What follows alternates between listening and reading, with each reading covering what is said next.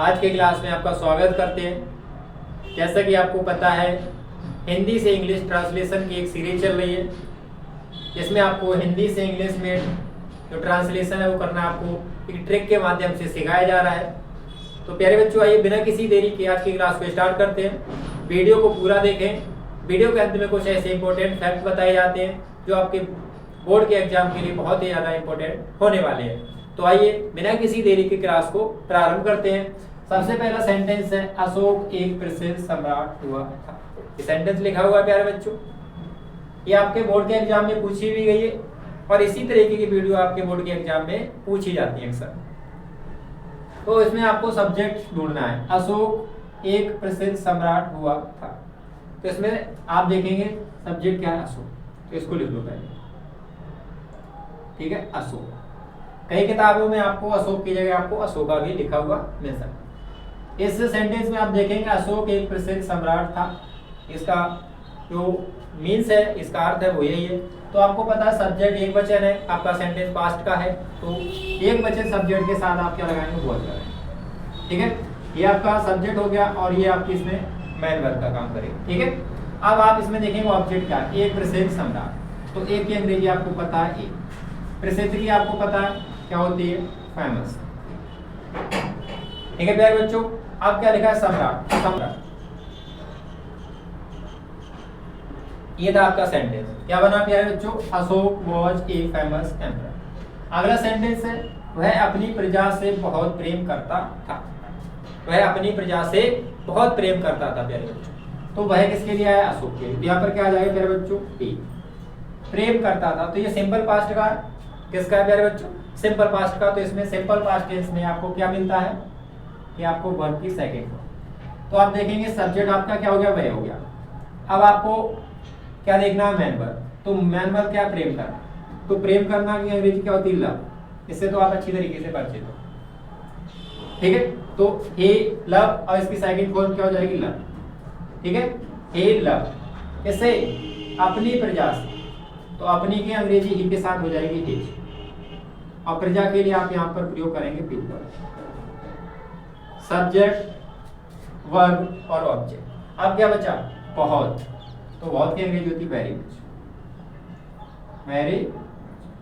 तो प्यारे बच्चों, ये सेंटेंस आपका क्या बना, he loved his pupil very much। उम्मीद करते हैं प्यारे बच्चों ये सेंटेंस आपको आसानी से समझ में आया। सेंटेंस लिखा है प्यारे बच्चों, कलिंग के युद्ध के बाद। किसके बाद, कलिंग के युद्ध के बाद। तो यहाँ तक आपको आप फ्रेज मिलेगा। फ्रेज में आपको पता है ना, सब्जेक्ट होता है ना ऑब्जेक्ट होता है। जैसे सेंटेंस लिखा है उसका एक क्रम सही से होना चाहिए, उस तरीके से आपका क्या हो जाता है, फ्रेज हो जाता है। तो इसमें आपको लिखना है कलिंग के युद्ध के बाद। तो बाद की अंग्रेजी क्या लिखेंगे, आफ्टर, ठीक है। After the war of Kalinga. क्या हो गया प्यारे बच्चों, after the war of Kalinga, यानी कलिंग के युद्ध के बाद। सेंटेंस है प्यारे बच्चों, वह युद्ध से घृणा करने लगा। तो आपको पता है सब्जेक्ट क्या है, ही, यानी वह, तो वह की अंग्रेजी हो जाएगी ही। अब इसमें आप देखेंगे लगा, इसमें वर्ब क्या है प्यारे बच्चों, लगा। तो यानी प्रारंभ करने लगा। क्या करने लगा, यानी घृणा करने लगा। तो करने लगा यानी घृणा करना प्रारंभ कर दी। ये आपका जो वर्ब है वो हो जाएगा प्रारंभ कर दी। तो आपको पता है सिंपल पास्ट का तो वर्ब की सेकंड फॉर्म, और प्रारंभ करना की अंग्रेजी आप जानते क्या होती है, स्टार्ट। क्या होती है, स्टार्ट, और सेकंड फॉर्म हो जाएगी स्टार्ट। अब क्या चीज, घृणा। तो घृणा की अंग्रेजी क्या होती है, आपको पता है, हेट।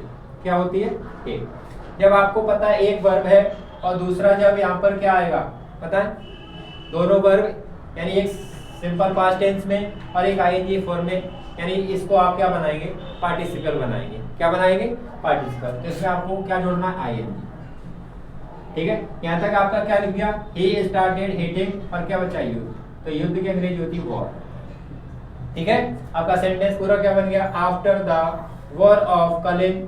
कहीं कहीं आप इसमें देखेंगे कलिंग में भी ये हो सकता है, he started hating war।